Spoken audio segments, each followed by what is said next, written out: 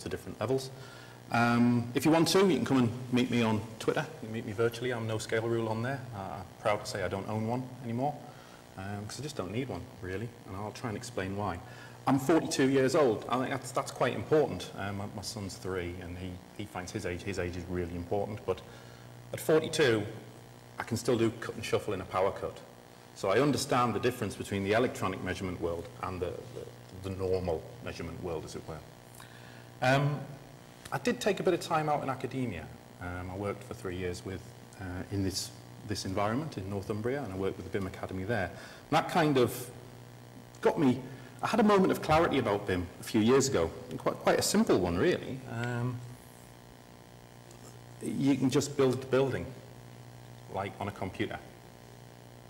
And that's a really, really simple concept to understand. All of this BIM stuff and all these acronyms and the things that Casey was referring to earlier and things Ian was talking about, all these acronyms, for us, dead simple. I can build the building on a computer before I build it for real. And if I've got a simulation of a building, I can do all sorts of things with it. And if I was to draw an analogy from the sports world, I could look at it like a Formula 1 team, and if the end users drive the car and the clients, the sponsors paying for it, the architect, there's one there, he's the one with the really tidy beard. You can't really see it too well on the screen, but the side screens are okay. Structural engineers holding the socket set, that's what they normally do. MEPs looking clean, white gloves, standing back from the whole process, not really sort of. If you look, you draw a picture of it. Sorry. And right at the back, landscape architects waiting for everybody else to finish. You can't actually see the project manager, probably outside chatting to grid girls. But what you don't see in that picture is the quantity surveyor, the cost manager.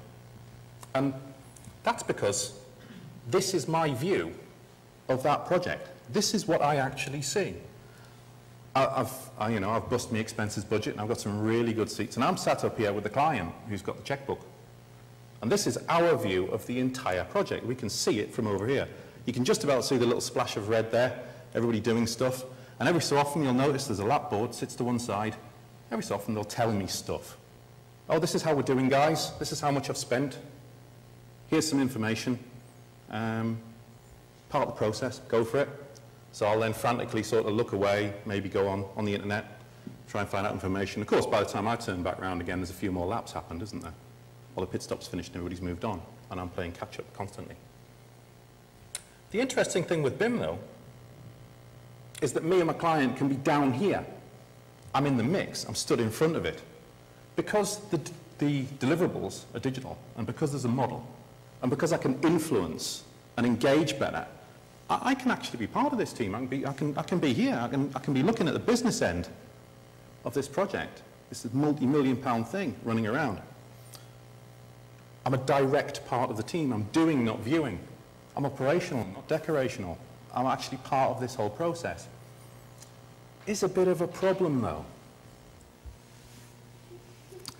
You see, years of tradition and process, training, education, contractual obligation, has equipped me to, at best, watch this entire event happening in front of me through a pair of binoculars, write some notes, and send them in by post every few weeks. QSs traditionally just simply don't have the tools or the skill sets to directly influence the construction process as part of the team. That's why we have our reputation. That's why I'm dead behind the eyes. Because I'm the one who 3 months after everybody's done all the work tells them they can't afford it and to go back and to do it again. Which makes me really popular with people like Casey. How many architects have I got in the room? Stick your hands up. Yeah, it's me. I'm the unpopular one with you guys. And the landscape guys, they hate me even more. I know James is here today, and we had our argument about the square trees earlier. The main challenge that we see it is actually being able to get up close and personal and being able to engage with the team directly as things go along, to be able to influence and to be able to take that information, deal with it in a way. And the things that Ian was talking about earlier on are really, really important to us, structure and data. I'll talk about that a bit more later, but the toolset challenge is I'm used to dealing with this. And this is actually better than a lot of the information I get sent. 2D outputs from my design team, sent at regular intervals, processed using simple approaches and tools. That is the world of the QS, because that is the contractual and deliverable world that we live in. And Casey said it quite well earlier on. I'll give you the model, but should there be discrepancy, the 2D drawings take precedence in the contract. People ask me all the time why the QS isn't engaging fully in the process, because I get 2D deliverables sent to me that the layers aren't even set up right on. And my PI and my client tend to get a bit sniffy when I say, well, it was in the model. What are you talking about? In terms of getting on track, though, and getting those tools in place, there are lots of tools I can use. But I need tools in order to collaborate. I don't really need tools in order to measure. I'll talk about this in a few minutes, but the changes in the tools that we actually use. And the reason why the changes in the tools that we're using is because the material that we're working with has changed. We're no longer in the flat, unspecified, uncoordinated world. Data comes from multiple unstructured repositories in our world. And I have to read this bit off the screen. To be successful in the unstructured world, organizations need content mining and analysis platforms that leverage existing BI investments. That's a good one, isn't it? The platform focus must be to efficiently source, transform, store, and analyze unstructured data on a consistent and continuous basis. That's what I used to do as a QS with this. And to an extent, that has been replaced by BIM. Providing the information is structured correctly and everybody's playing ball. There's little change to what QS actually is doing. The change is using the new inputs to get to the information, the underlying information, faster and more efficiently. Key to remaining competitive in our world, and again, talking about the tools that we use, is to change our tool sets to understand the inputs better. And the input will now be a model rather than a flat 2D thing. Any of you guys got one of these? Anybody had one of these? I had one of these over at the Crown. That's great, isn't it? You can go a bit faster, can't you?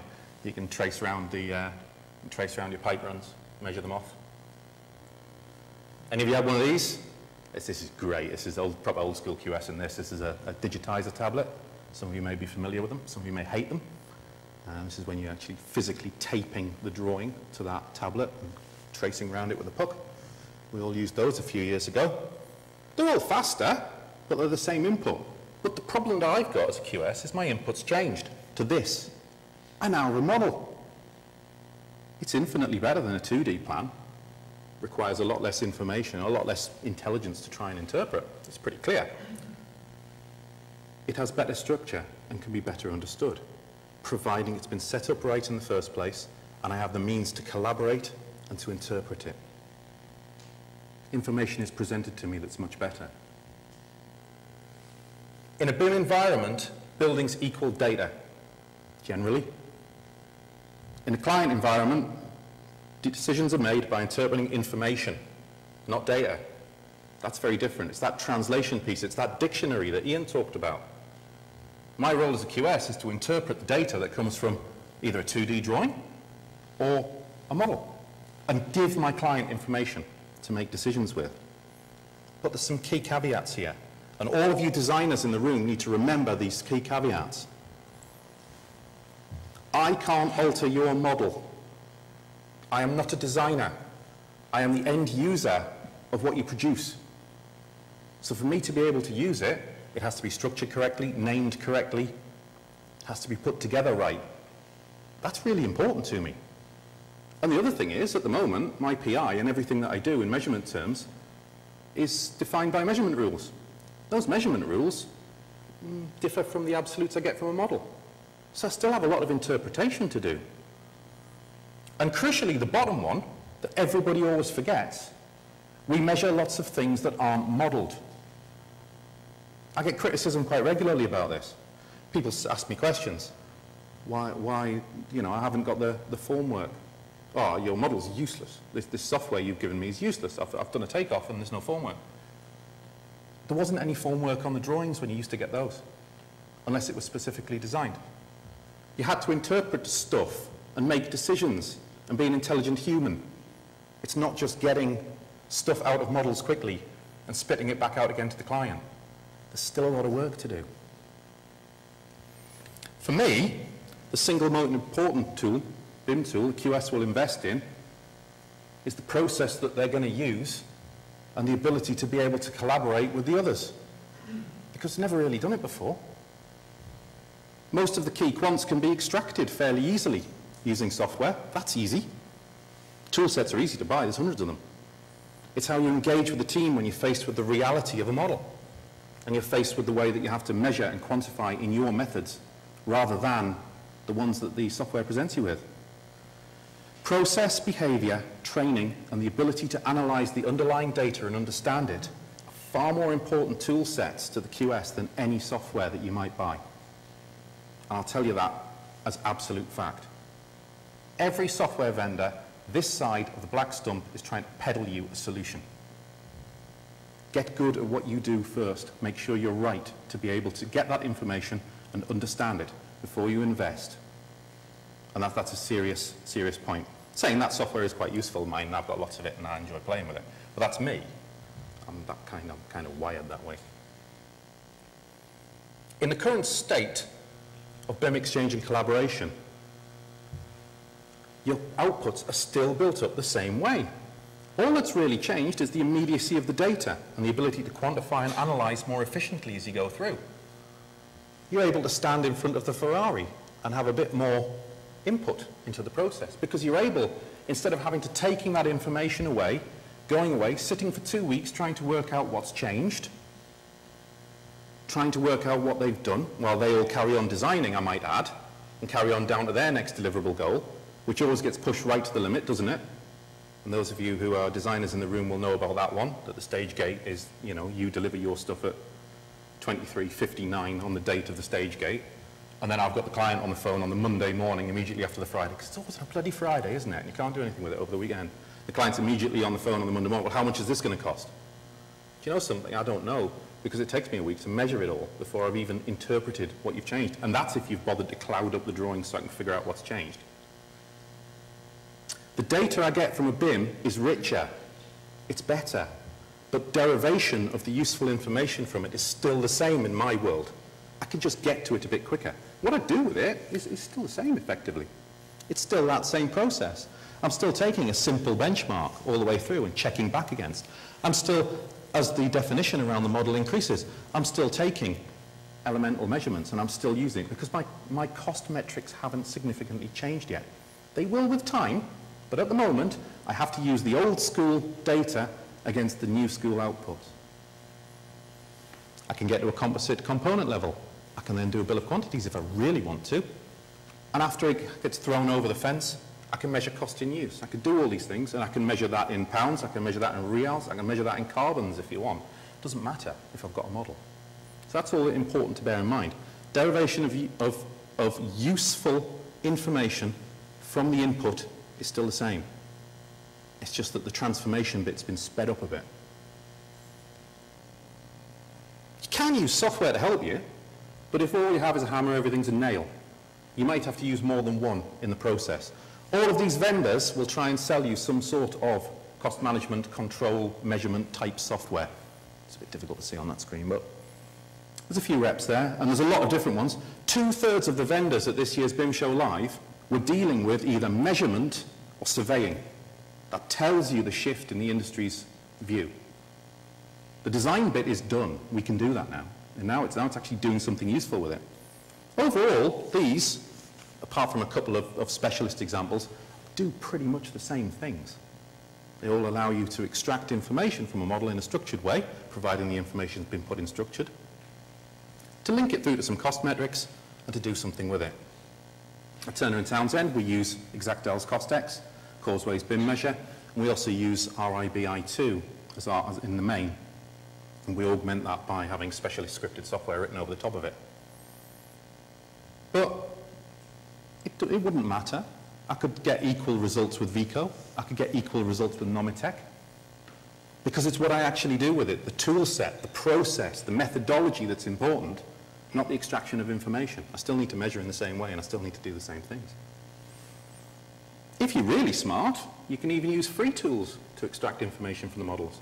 Northumbria's XBIM engine, with a bit of tweaking, will extract information from models just as well as Costex or Causeway or RIB, and it doesn't cost you anything, apart from a little bit of tinkering around the edges. So you can do it for free if you want. Software's not the important thing. Process, management, collaboration, that's where it's at. Saying that now, I'm going to show you software, of course, because that's how these things always go. But how do I actually do a digital takeoff? An example from what we're doing currently, this is Francis Crick Institute, which is the, it's a little bit difficult to see the model there. This is the Francis Crick Institute down in London, near St Pancras. And it's about 450 million quid. It's a big project. And we're able, by using software approaches, not directly, we can't put the whole model in, we have to section it up, let's be real here. And again, this is the BIM wash and the other things that Casey talked about earlier on. We have to cut it up and carve it up and make it work for us.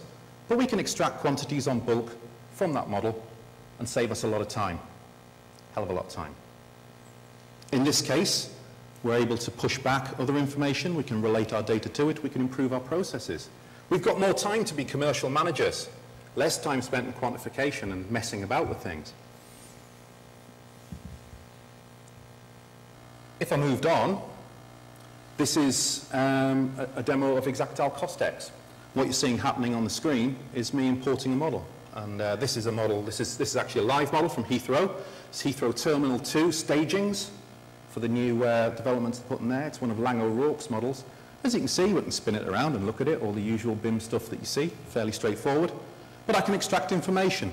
When you look at it in some detail, you say, okay, there's information in there. There's stuff like areas of things, volumes of things, perimeter measures, all the stuff that used to break my back to have to try and measure and interpret. I can extract a lot of it from the model. If I isolate it down, I can start looking at things in a bit more detail. These are the precast concrete or the in situ casts. These are the floor planks. And I can match this back to my cost data. So what I can do is I can start using standard libraries of descriptions. All this is, though, is juggling data. It's just matching descriptions and data to other data that I hold and using a third-party piece of software to deal with it. And whereas something that used to take me weeks to do, there's my labour and material breakdown, classification, unit class and all that in there. Just wait for it to click on. What I can do is I can actually extract the information from the model that relates to the item that I want to measure. And I can do that through custom work sets which I've developed, which allow me to interrogate the model in some detail. So if I used a model map, I've now mapped those items back to the items within the model. And I'm now extracting quantities from the model, which will appear over there on that side of the screen. The floors specifically in this case.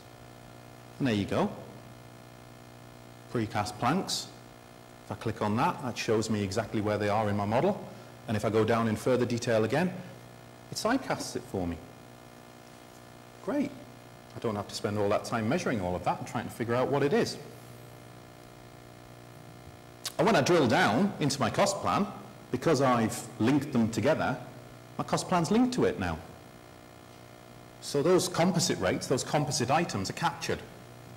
I can measure straight through them. And any of the standard BIM tools will do a very similar thing to this. This just happens to be the one that I have licenses for and access to. Interestingly, importantly for us, QA. I don't know how many of you in the room have spent time with two drawings, putting one across the top of the other and holding it up to the window because the changes haven't been clouded properly, or having scale issues on printing out. I've just uploaded a new version of that. I'm importing it. It's keeping a record of what information I took my cost plan from, my costs. And I'm asking it the question, tell me, what's different? Blue, no change. Green, new works that's been added to that model. Red has been removed or deleted. Yellow is remained, but it's changed. It's had its dimensions altered, but it's effectively the same object. And then I can run a compliance report on that, which will happen in a couple of seconds' time, which actually tells you, I run it again, I see what's changed. My cost plan will change. I'm able to communicate. I'm actually standing in front of the Ferrari. As the architect's changing it, I'm telling them what's changed. But that only deals with the stuff that's on that model. I've still got professional interpretation, QA to go through. I've still got to make sure that things work properly. So you can see my quantities have all changed. It gives me a lot more power. The tool sets give me a lot more power to take the quantity out of quantity surveying effectively. I become more of a commercial manager. I'm able to give better advice to my client. Quite important for us, really. So you can see there, quantities have all changed. And if I'm being really anal and I want to tell the client exactly what's happened, I can tell them. Run a simple report from my software. Takes a couple of seconds. And there you go, I can see the delta between them, revision A to revision B of my drawing sets. So for me, having that process, and this comes right back to what Casey said at the start, I'm able to do things. This is a major project that we're working on at the moment. It's one that I work on when I do my energy sector work. This is something called Shell Prelude, which is rather large. If you stood Shell Prelude on its end, it's taller than Taipei 101, which gives you an indication of how big it is. It's the biggest floating structure in the world. We provide, as an organisation, project assurance to that.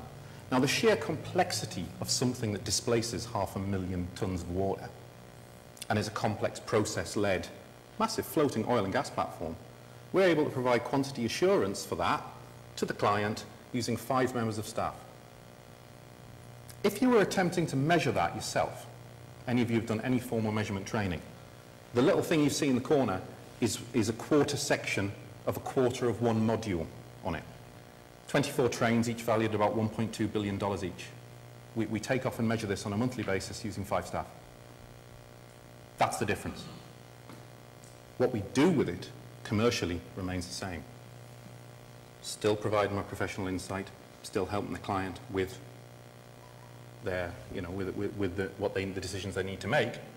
But if I was attempting to do that as the design was progressing in a normal design environment, I wouldn't stand a chance. I am sat in the crowd. I'd also need all of that crowd with a scale ruler in their hand to help me out, because I couldn't do it myself.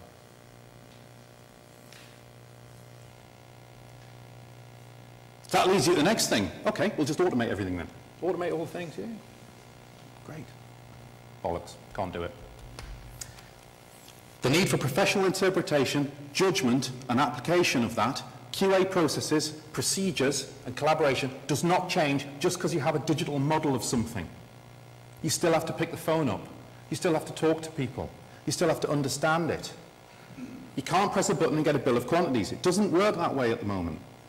Our measurement systems and our measurement criteria, our SMMs, NRMs, those kind of things, are not aligned directly to the way things are modelled, and everything that needs to be accounted for, costed, and dealt with on a commercial basis isn't modelled. It's very rare that anybody models the attendances for things. It's very rare that anybody models the cart away after you've dug the foundations. These things still have to be estimated and measured without the aid of electronics. There are ways and means of doing it, but yeah. We regard BIM as a data problem. Don't regard it as a measurement problem.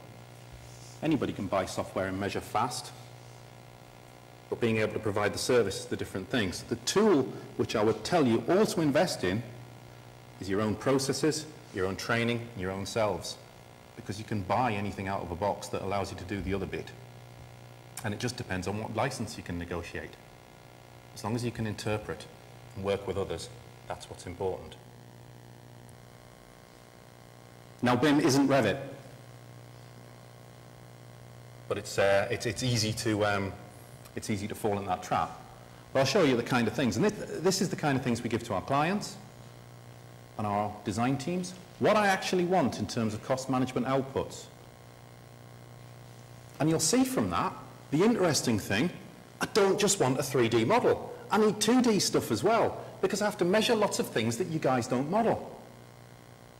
So the tools, the processes, the QA, and the understanding is the important part, not the software. I can't just get the information straight out of things. I have to do other stages as well. L.P. Hartley wrote this in The Go-Between. There is another way of thinking about our commercial and QS past. Consider what you know as the most effective tool that you have. Consider it as a resource that's tailored exactly to what you do. Use it to define the future. Don't let it limit the thinking that you do. Don't let software limit it either. They all do the same thing. It's just all about data. Thank you.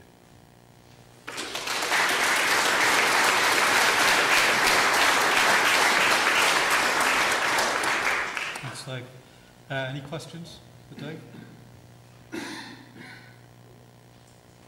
Okay. We're going to take a break for 15 minutes. Please help yourself to some tea, coffee, water, biscuits. Not water, biscuits, water, and biscuits. And we'll reconvene at 4:05.